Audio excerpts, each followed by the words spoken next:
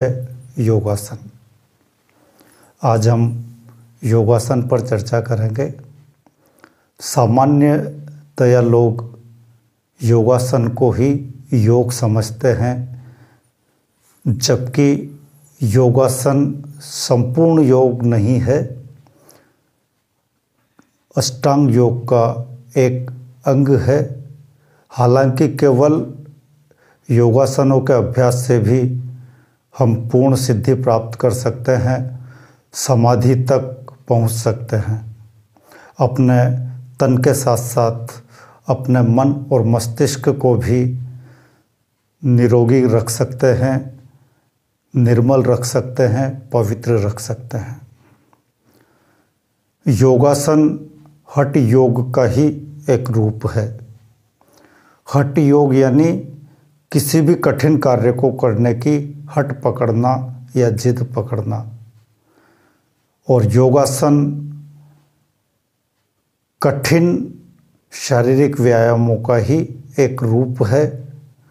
योगासनों में सरल से लेकर कठिन तक योगासन है।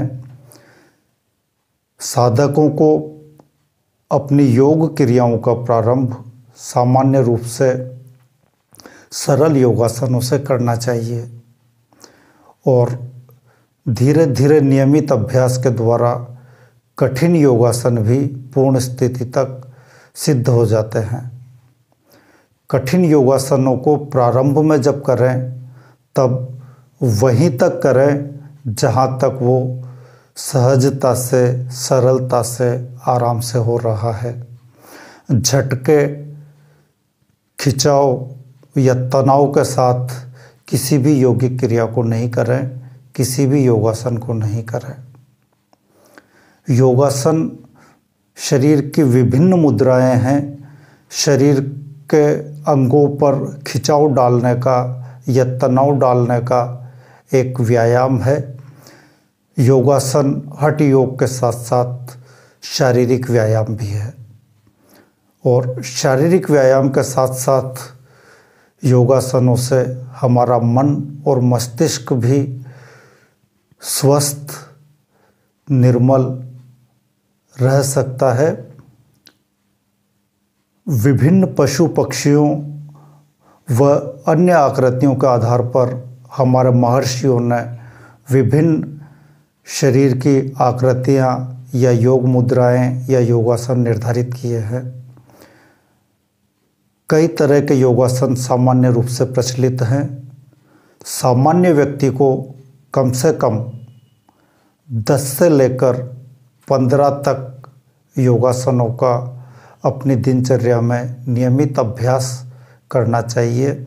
यदि 10 से लेकर 15 तक योगासनों का अभ्यास भी हम नियमित रूप से करते हैं, 2 या 3 प्रकार के प्राणायाम करते हैं और नियमित रूप से कुछ पलों के लिए, कुछ मिनटों के लिए ईश्वर का ध्यान करते हैं, तो उसके बाद हम अपने सांसारिक दायित्वों को, सांसारिक कर्तव्यों को, सांसारिक जिम्मेदारियों को अधिक क्षमताओं के साथ, अधिक निष्ठा के साथ, अधिक गति के साथ सफलतापूर्वक संपन्न करने की स्थिति में आ जाते हैं और हम पूर्ण रूप से अखंड स्वास्थ्य की प्राप्ति कर पाते हैं।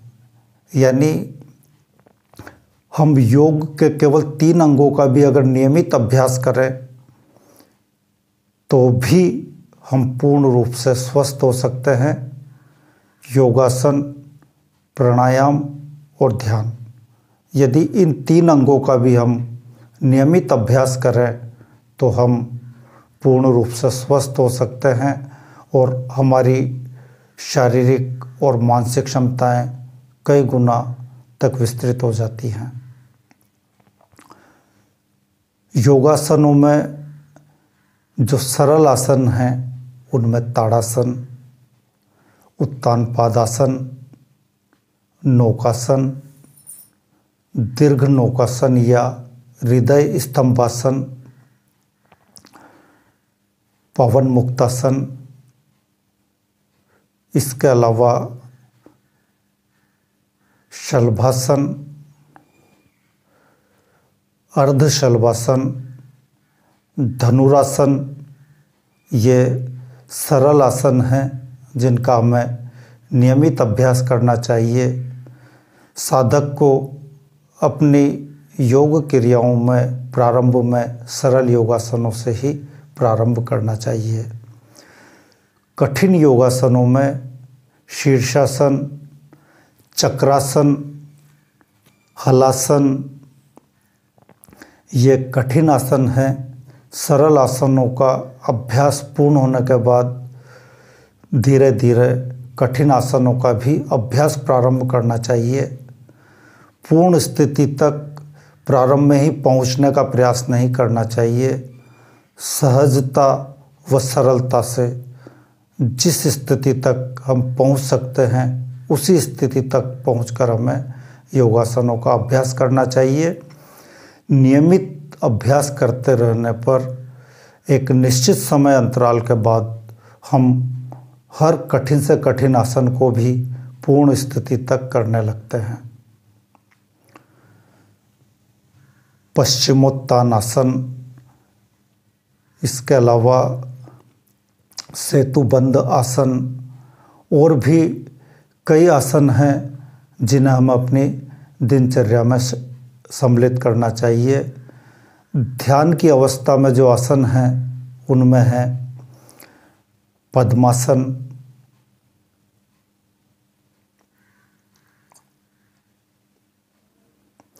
सिद्धासन, वज्रासन, गोरक्षासन, सुखासन। जब हमें लंबे समय तक ध्यान लगाना हो तो हमें इन आसनों में बैठकर ध्यान लगाना चाहिए। इन आसनों में ध्यान लगाने से शीघ्र ही ध्यान सिद्ध हो जाता है और इन आसनों में बैठकर ध्यान लगाने से हमारी अलौकिक शक्तियाँ जागृत होने लगती है। वैसे तो अष्टांग योग के प्रत्येक अंग में ध्यान ही महत्वपूर्ण है। चाहे यम और नियम हो, उन्हें अपनी दिनचर्या में सम्मिलित करना, अपने व्यक्तित्व में उतारना हो, इसके लिए भी ध्यान आवश्यक है।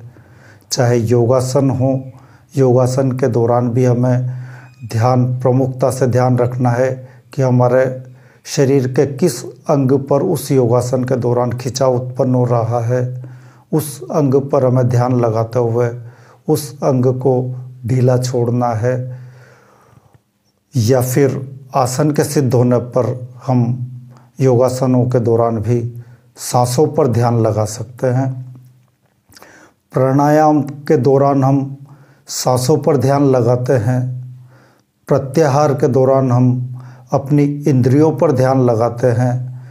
धारणा के दौरान हम हमारे शरीर के विशेष भागों पर ध्यान लगाते हैं, जैसे नाक के अग्रभाग पर, ठुड्डी पर, मस्तक पर, भवों के बीच में, मस्तक के केंद्र पर, हृदय पर, हमारे कंठ पर, नाभि पर, रीढ़ की हड्डी के पृष्ठ भाग पर, कहीं भी हमारे ध्यान को हम लगाते हैं। और ध्यान के दौरान हम परमात्मा पर सब कुछ भूलकर परमपिता परमात्मा पर, ईश्वर पर अपना ध्यान लगाते हैं, परमात्मा से एकाकार होने का प्रयास करते हैं। और यही प्रक्रिया जब हम परमात्मा से एकाकार होने लगते हैं, परमात्मा का ध्यान लगाते हुए, तो हम पूरी तरह से शांत होने लगते हैं, पूरी तरह से आनंदित होने लगते हैं। और यही परम शांति की अवस्था, परम आनंद की अवस्था, यही समाधि है। और इस अवस्था में हम जितनी अधिक देर तक रह सकते हैं उतनी देर तक हमें रहना चाहिए। यानी अष्टांग योग के हर अंग में ध्यान महत्वपूर्ण है, या योग कहें कि वास्तव में ध्यान ही योग है। जब हमारा इन अष्टांग योग को करते करते ध्यान पूर्ण रूप से सिद्ध होने लगता है, हम जो करते हैं उससे पूरी तरह से जुड़ जाते हैं, तो फिर हम वास्तव में योगी हो जाते हैं। हम यहाँ बात कर रहे हैं योगासन, और योगासन के दौरान हमें अपना ध्यान लगाना चाहिए उस विशेष अंग पर, जिस अंग पर खिंचाव उत्पन्न हो रहा हो या तनाव उत्पन्न हो रहा हो। उस अंग पर ध्यान लगाते हुए मैं उस अंग को ढीला छोड़ना चाहिए, सहज रखना चाहिए, सामान्य रखना चाहिए। और जब वो आसन सिद्ध हो जाए तो हम अपने ध्यान को उस आसन में कहीं भी लगा सकते हैं, अपनी सांसों पर लगा सकते हैं, अपने किसी विशेष अंग पर लगा सकते हैं, अपनी इंद्रियों पर लगा सकते हैं, ईश्वर पर लगा सकते हैं। यानी जो भी आसन हमारा सिद्ध हो जाए उस आसन में हम परमात्मा से ध्यान लगाते हुए समाधि तक पहुंच सकते हैं। सामान्यतया कठिन आसनों में हमें उस अंग पर ध्यान लगाना चाहिए जिस अंग पर खिंचाव उत्पन्न हो रहा है। और अपनी दिनचर्या में कम से कम 10 से लेकर 15 तक योगासनों को कम से कम सम्मिलित करना चाहिए।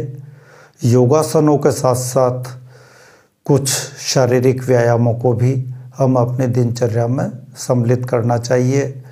कुछ अन्य योगिक क्रियाओं को भी अपनी दिनचर्या में सम्मिलित करना चाहिए।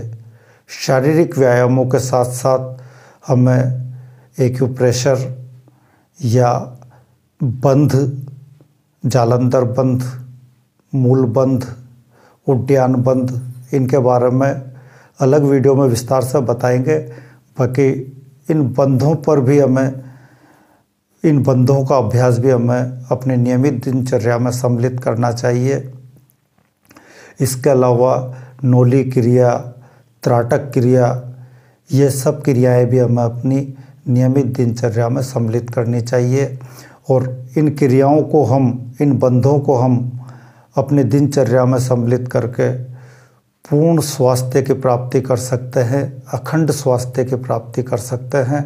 यदि हमें रोग नहीं है, हमारा शरीर स्वस्थ है, तो हमें कभी रोग नहीं होंगे, और यदि रोग हैं तो वो पूरी तरह से नष्ट हो जाएंगे। तो हम अष्टांग योग के प्रत्येक अंग का अभ्यास करें, योगासनों का अभ्यास करें। योगासन एक महत्वपूर्ण भाग है अष्टांग योग का व योग का। इसलिए योगासनों को व शारीरिक व्यायाम को अपनी दिनचर्या में अवश्य सम्मिलित करें। योगासनों से हमारा जहाँ शरीर स्वस्थ होता है, और शरीर जब स्वस्थ होगा तभी हमारा मन और मस्तिष्क भी स्वस्थ रह सकेगा। यदि हम केवल मन और मस्तिष्क को स्वस्थ करना चाहें और हमारा शरीर रोगी हो, तो मन मस्तिष्क हमारा कभी स्वस्थ नहीं हो सकेगा। यानी स्वस्थ मन और स्वस्थ मस्तिष्क के लिए पहली आवश्यकता है तन का स्वस्थ होना, और तन को स्वस्थ रखने के लिए सबसे ज़्यादा जो आवश्यक है वो है योगासन व शारीरिक व्यायाम। योगासन व शारीरिक व्यायाम को अपनी दिनचर्या में अवश्य सम्मिलित करें। नियमित रूप से 10 से 15 तक योगासनों का अभ्यास करें। धन्यवाद।